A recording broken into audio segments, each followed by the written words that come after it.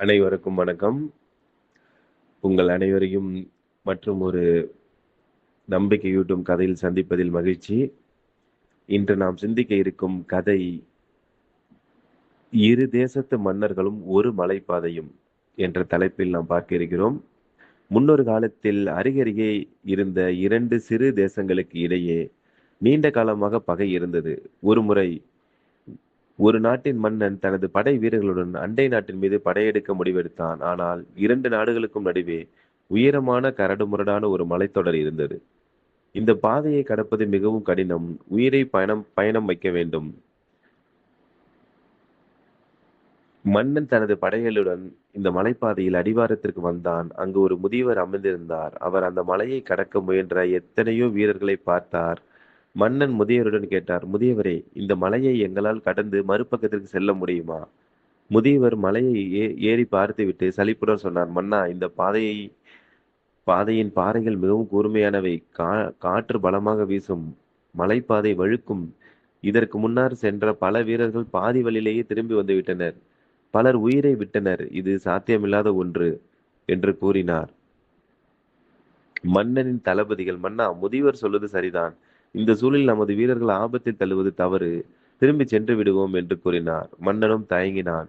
இறுதியில் படையை திரும்பி அழைத்து செல்ல உத்தரவிட்டார். அந்த நாடு போரில் வெற்றி பெறவில்லை, முன்னேறவும் இல்லை. 2வது மன்னனின் வருகை.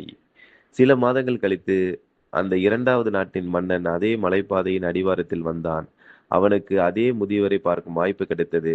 மன்னன் கேட்டான், "முதியவரே, இந்த மலையை கடந்து மறுபக்கத்திற்கு செல்ல முடியுமா?" முதியவர் அதே சலிப்புடன் அதே எதிர்மறை பதிலையே சொன்னார். "முடியாது மன்னா. பாறைகள் கூர்மை, காற்று வேகம், வழுக்கும் பாதை. யாரும் இதை கடக்க முடியாது. தயவு செய்து உங்கள் வீரர்களை காப்பாற்றுங்கள்" என்று கூறினார். ஆனால் அந்த மன்னன் புன்னகைத்தான். அவன் தனது வீரர்களை பார்த்து சொன்னான், "வீரர்களே, இந்த பாதையில் கூர்மையான பாறைகள் இருக்கலாம். ஆனால் நாம் காலணிகளை அணிந்திருக்கிறோம். காற்று பலமாக வீசலாம். ஆனால் நாம் அதைவிட பலமாக உள்ளோம். பாதை வழுக்கலாம். ஆனால் நம் கைகளில் உள்ள பிடிமானம் உறுதியானது. இந்த மலைப்பாதை நம்மை தடுக்கவில்லை. அது நம் திறமையை சோதிக்கிறது. நாம் கண்டிப்பாக வெற்றி பெறுவோம்." மன்னனின் இந்த நேர்மறையான பேச்சு வீரர்களின் மனதில் பெரும் உத்வேகத்தை அளித்தது. அவர்கள் மிகுந்த உற்சாகத்துடன் மலையேறத் தொடங்கினார்கள். முதியவர் வியப்புடன் பார்த்தார். சில நாட்கள் கழித்து அந்த வீரர்கள் வெற்றிகரமாக மலையை கடந்து மறுபக்கத்தை அடைந்தனர். முதியவரின் வியப்பு. திரும்பி வந்த முதியவர் அந்த மன்னனிடம் ஒரு கேள்வி கேட்டார். "மன்னா, நான் அத்தனை ஆபத்துக்கெல்லாம் சொன்ன பிறகும் எப்படி உங்களால் இவ்வளவு எளிதாக கடக்க முடிந்தது?" மன்னன் சொன்னான், "முதியவரே, தாங்கள் சொன்ன ஆபத்துக்கள் உண்மையானவைதான். ஆனால் அந்த ஆபத்துக்களை பார்த்து நான் பயப்படவில்லை. மாறாக அவற்றை எவ்வாறு எதிர்கொள்வது என்ற வழியை மட்டுமே நான் சிந்தித்துக் கொண்டிருந்தேன். நீங்கள் முடியாது என்று பார்த்தீர்கள். நான் முடியும் என்று பார்த்தேன். அவ்வளவுதான் வித்தியாசம்" என்று கூறினார்.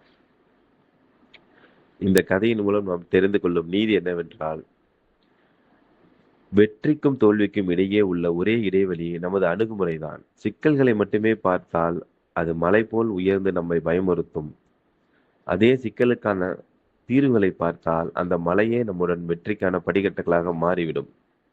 இந்த சிந்தனை நேர்மறையாக இருக்கும்போது கடினமான பாதையும் சுலபமாக இலக்காக மாற்றிவிடுகிறது.